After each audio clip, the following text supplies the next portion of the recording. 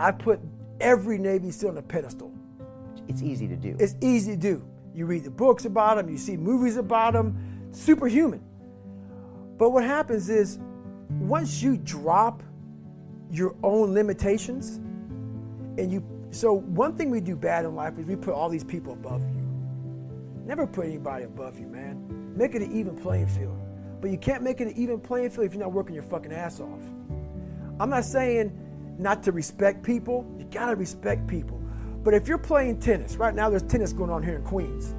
If you're playing tennis and you're playing Roger Federer, even Roger Federer is not here right now, but let's say you're playing Roger, best ever, arguably best ever. But I'm fucking good at tennis. But Roger's the best ever, that's in my fucking head. And we're playing a 5-set match, Grand Slam. Before Roger serves the ball, the first serve of the game, first serve, set 1, game 1, first serve.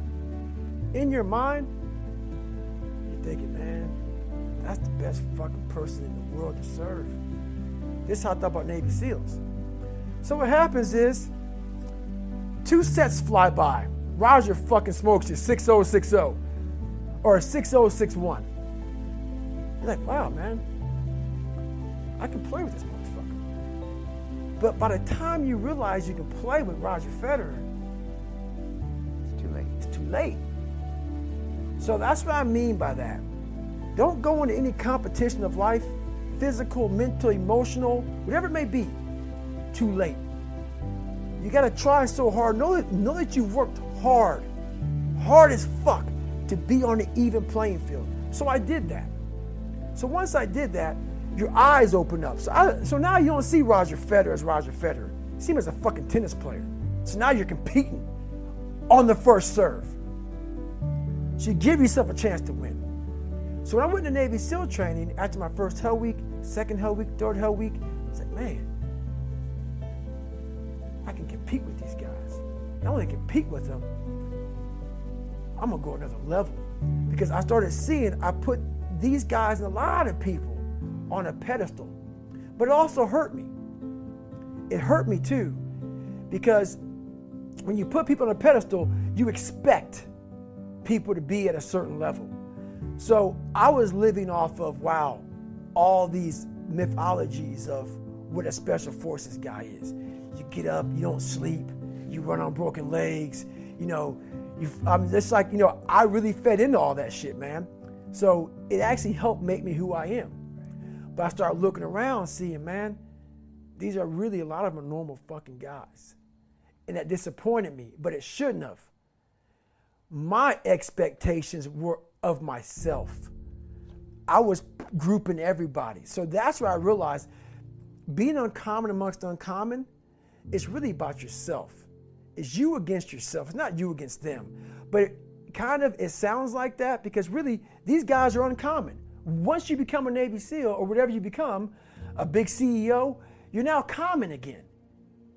So everybody looks at these guys as uncommon. But once you become one, we're all guys again. We're all in the same group of guys. We're all in the same fraternity. So how do you separate yourself from the best?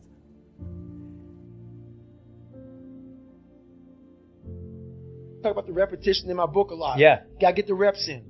So now my conversation is this.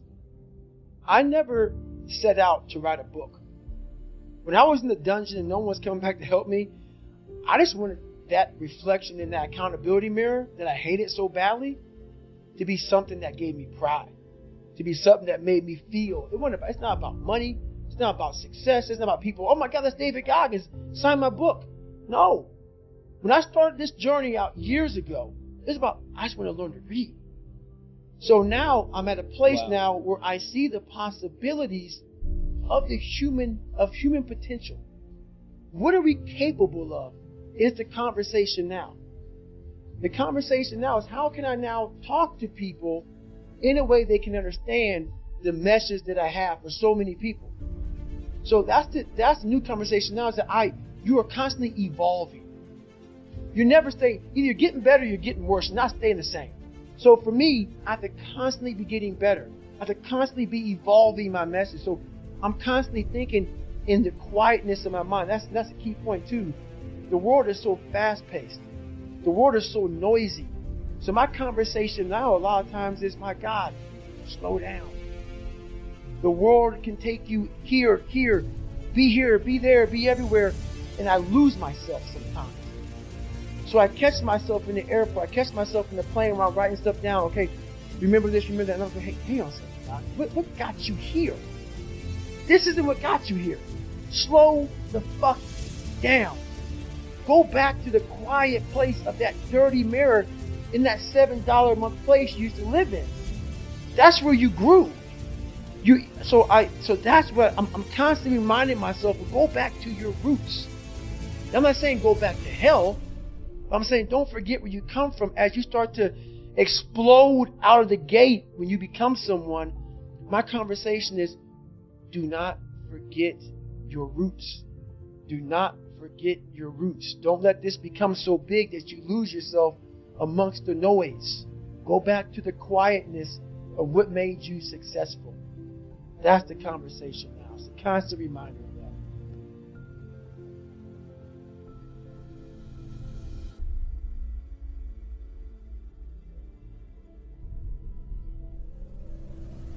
That's where you find yourself. You find yourself when you are when you're not comfortable. When you're not comfortable on a daily basis. And that's how I started to grow.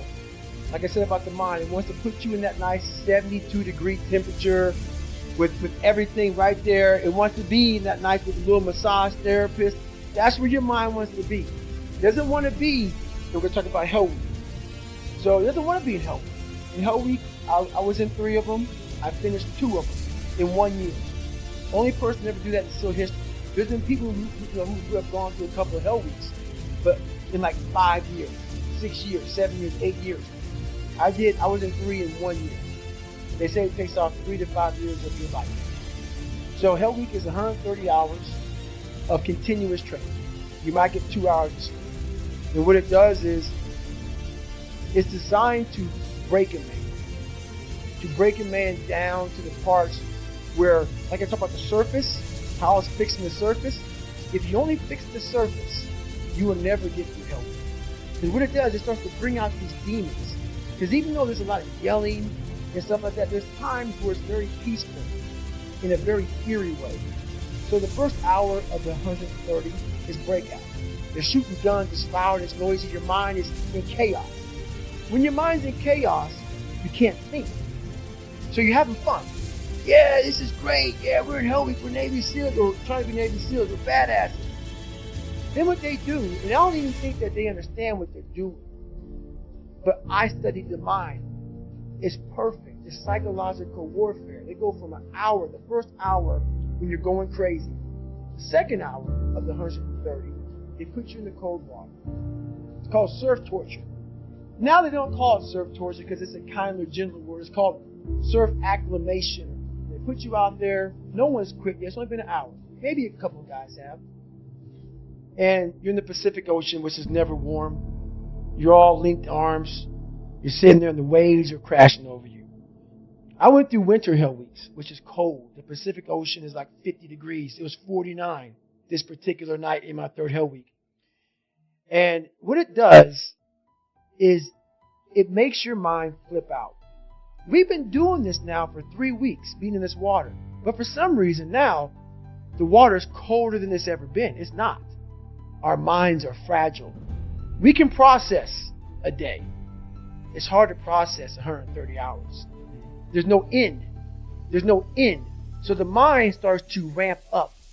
So you're sitting there, it's quiet, no one's yelling at you, you hear the ocean, shh, shh, and you're freezing. And your mind goes spastic.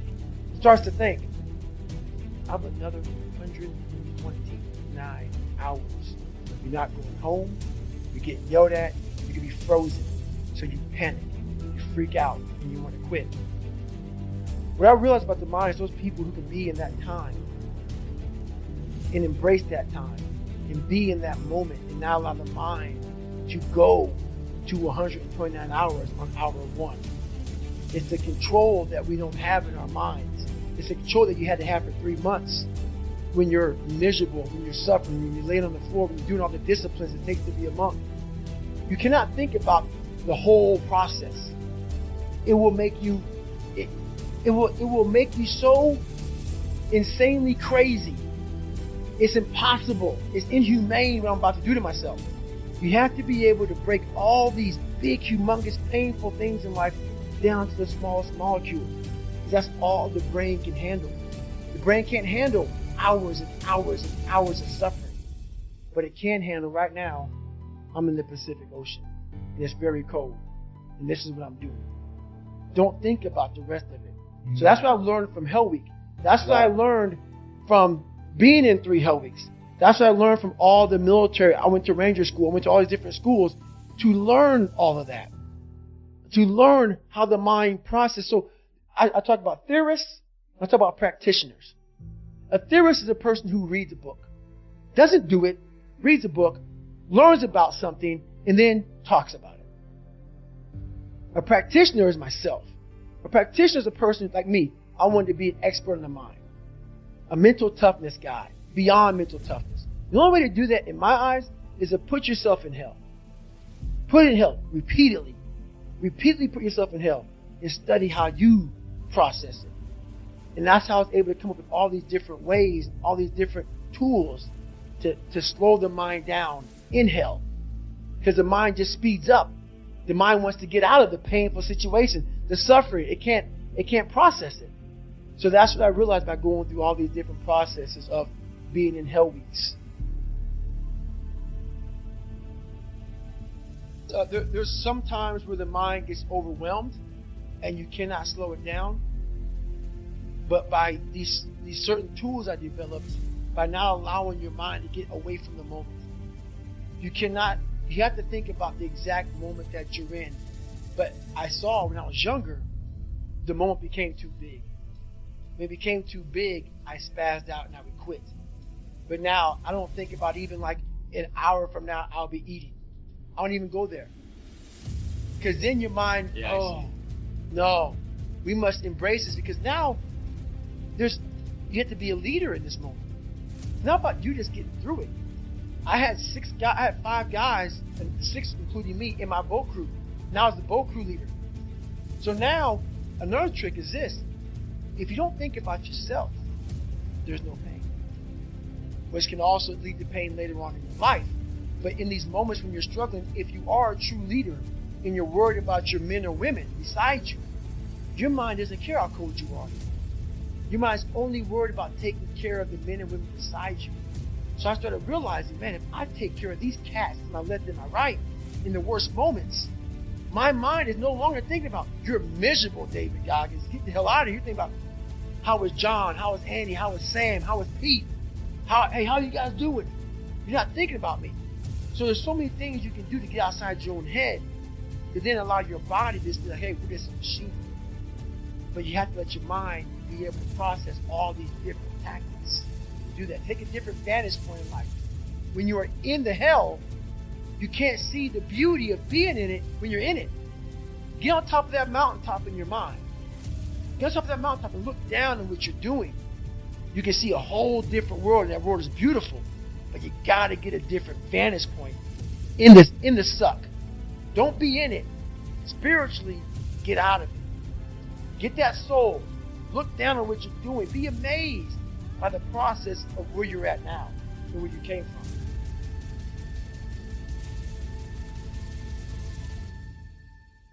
And I looked at my shit was, this is the perfect training ground to being a man.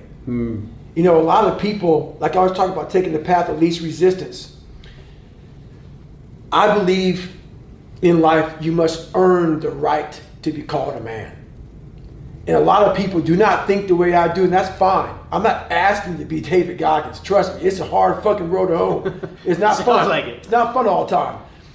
But the thing about it is, you have to look, I looked at my hardships as challenges. Once I got over the pity party, because I went through that phase. Of course. I'm a normal human being. But I realized that got me exactly where I was at, even worse. As I looked at those challenges the way most people do, woe is me. Why the fuck can't I get a break? Why? I wish I was better. I wish my parents were better. I wish I had a better education. I wish this, I wish that. They have all these wish sandwiches. I started realizing how can I fucking figure out how this shit can fucking work for me? So the one thing we don't do is when we're in that dark place is a great learning environment. If you can sit back in a dark place and find quiet to just think, there's so much power in your failures, in your fucking, in your suffering. Because why? You're still alive. You're still fucking here. So you gotta look at that shit as, my God, man, this is power, man. Like, now I gotta flip this shit. How many men will be able to do what I'm about to do, what I'm about to try to do? Like, literally, what gave me strength was when I was at the worst of my worst. How many men would even fucking say they want to try to be a Navy SEAL right now? I'm at the worst spot of my life. Like, I can't even walk down the street, let alone run down the street. And I'm gonna now call a recruiter up and try to be a SEAL. There's a lot of power in that. But people don't see it there. They see it, man, that's stupid. I had this voice in the back of my head that I kept on running from. I was afraid of the water. I was afraid of dealing with things that made me feel unaccepted.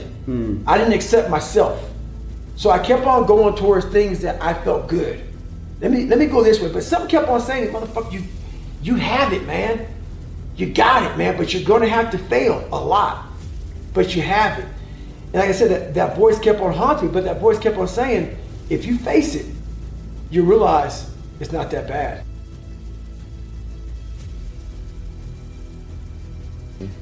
I said, I'm tired of feeling the way I feel every day. I'm tired of how I feel. I'm tired of lying to myself, lying to people, and just being some piece of shit. And I always knew in the back of my mind I could be something special, but I knew the work it was gonna take was gonna kill me. I was afraid of that. I was afraid of the brutality and the suffering I was gonna have to endure. But I knew I could do something. But I'm like, I ain't trying to do that kind of work, man. What got me to this point was I was just the opposite of what I am today. I was that guy who ran away from absolutely everything that I got in front of me. But not many people knew that. Like, the real me was like this very scared, insecure, stuttering, got beat up by his dad, all this kind of stuff. First of all, you have to start your journey. And many of us think because we're born into this world that we have started our journey. It's not it, man. That's not it. It's not that simple. I wish it was that simple. Many people have died and lived to be 100 fucking years old and never started their journey. That journey starts when you start to meet yourself at that battle. When you start to battle yourself and start to break down those walls that you in society start to build in your own mind. Once you start to break down those walls, you've now started your journey. Your journey has to be hard at first. I couldn't run. The first thing about it was, so I said to myself, I'm gonna run 4 miles. My first run out the gate, I'm gonna run 4 miles. I ran a mile, I ran a quarter of a mile, walked home, sat on the couch depressed. I said, man, there's no way I can do this. But what I realized though, is I wasn't gonna give up. Because I'd already given up a million times. And I thought about, how would I feel at 50 years old if I gave up now? I mean, not to have, so I kept all this stuff in my mind. Basically, I started becoming obsessed. It didn't happen that night on the couch. Right.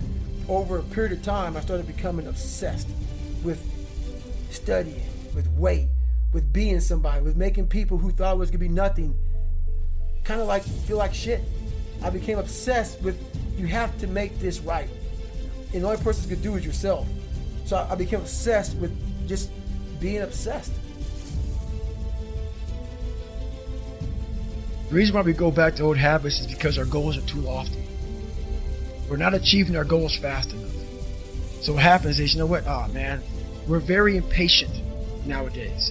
For me, it was good. I didn't have a phone. I was out of this world by myself.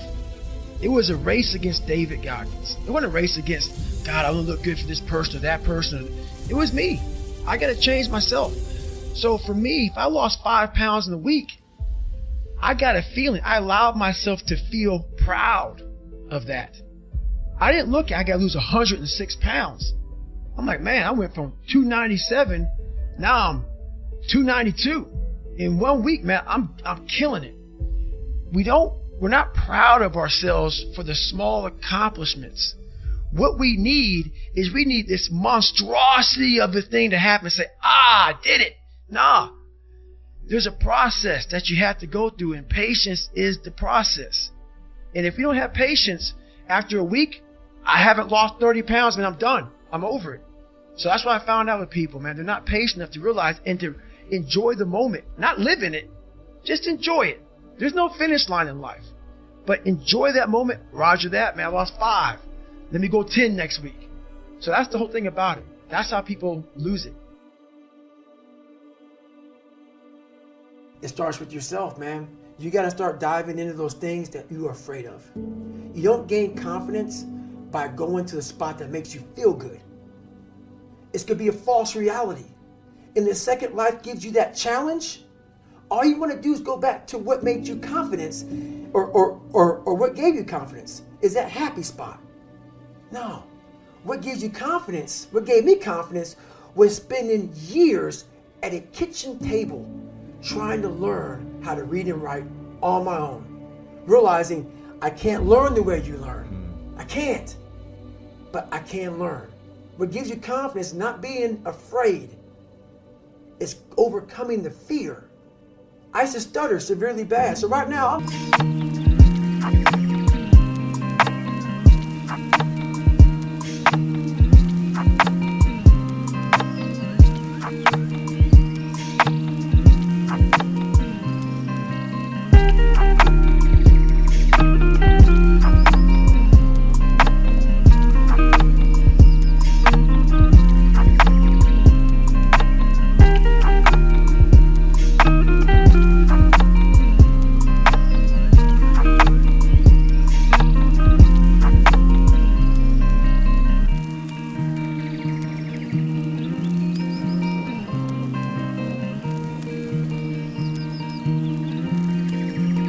how many people are going to watch this? You know what gives me confidence?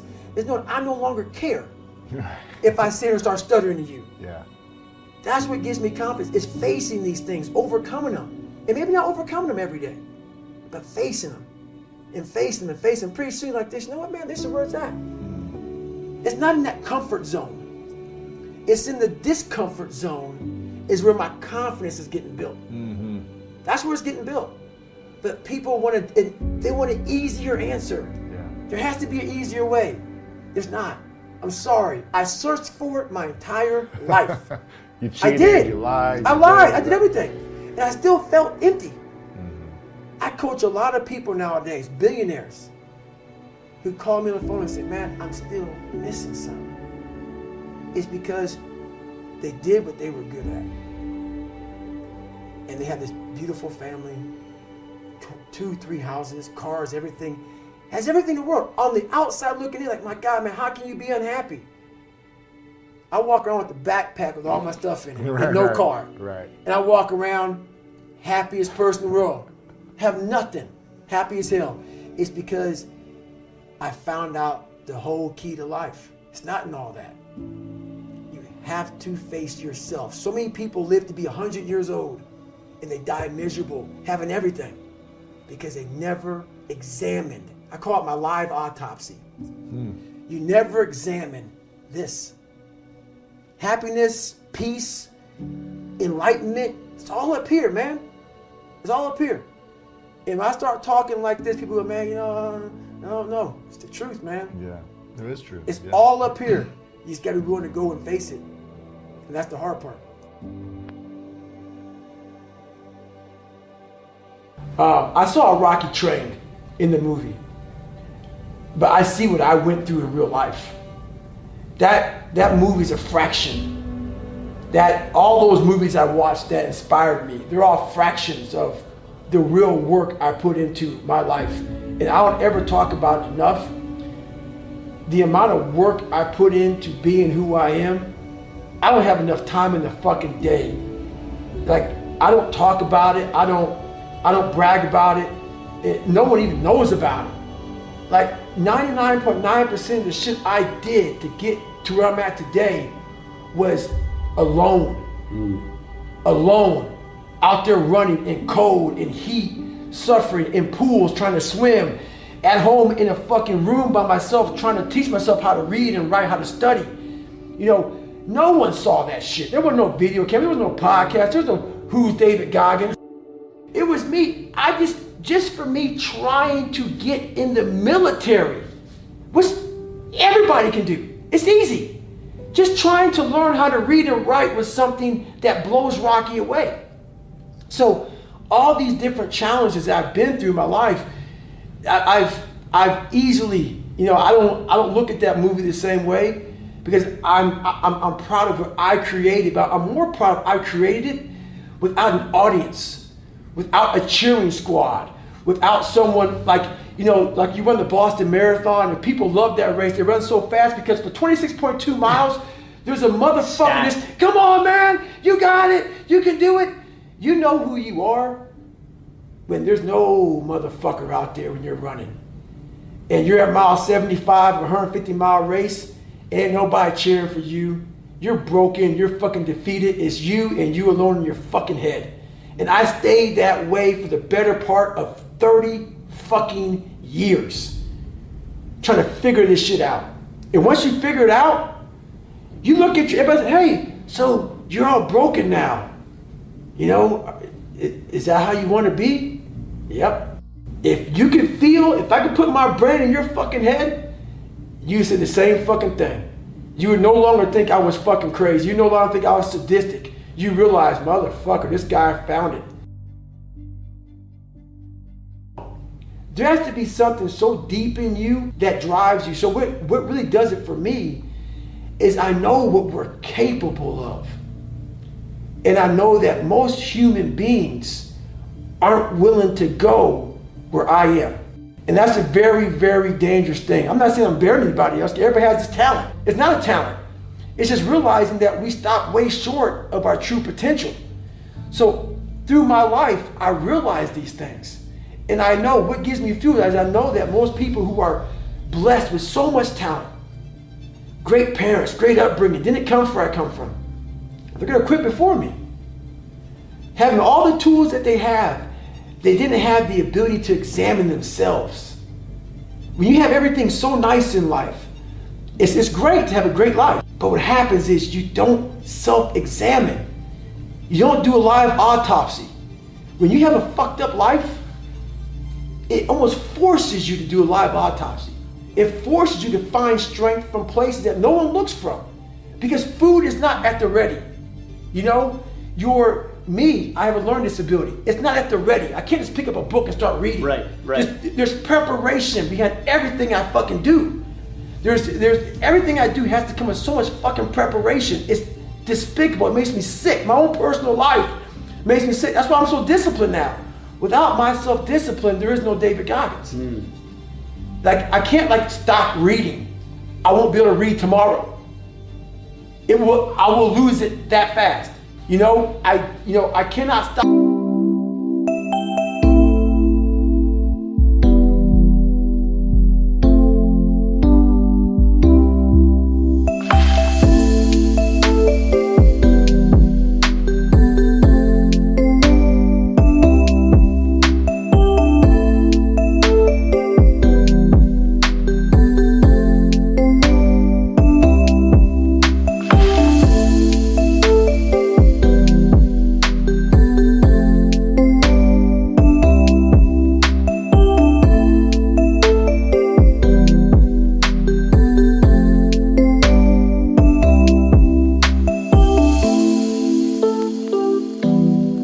Going to the gym. My mind is set up in a spot where, hey, the second I stop, it wants to stop. Because I had a quitting mind growing up. When you get beat the shit out of you all the time, your mind wants to go to that nice spot where you're comforted, where you're not trying, where shit is easy. That's where your mind, it doesn't want to think. You have all these things in the mind, and the mind can only absorb so much shit. So all the pain it has to go through, it wants to push it away and say, let's not do that. So every day I'm fighting where the mind wants to go. So it's a constant evolution, man. Fear in life is if there is a final resting place in this world, and there's a final judgment, and you talk to something much bigger than you. I don't want to sit down and have a conversation with someone, with something that says, you're in heaven, this is where you should have been on earth. And are you really in heaven now, or are you in hell? Thinking about how much I left on the table for fear, for not willing to go over the wall, and over the next wall, and over the next wall. So in my mind, I believe that. And God knows all. At least I believe that. I want God to be up there right now as we're speaking, writing stuff down, saying, my God, he exceeded even my expectations. That's how I live my life. I now know that there is no cap on the human mind. There's no cap.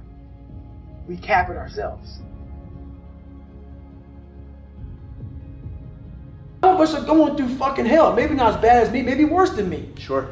But they don't know how to express it because we're supposed to live in a fucking world where we have to talk a certain way. We have to walk a certain way. We have to act a certain way. A kinder, gentler world. Nothing gets handled in that fucking world. You stay fucked up in that world. You stay in a world of things will get better because someone said they would, and I need to find peace. No, you need to go to fucking war with yourself, man.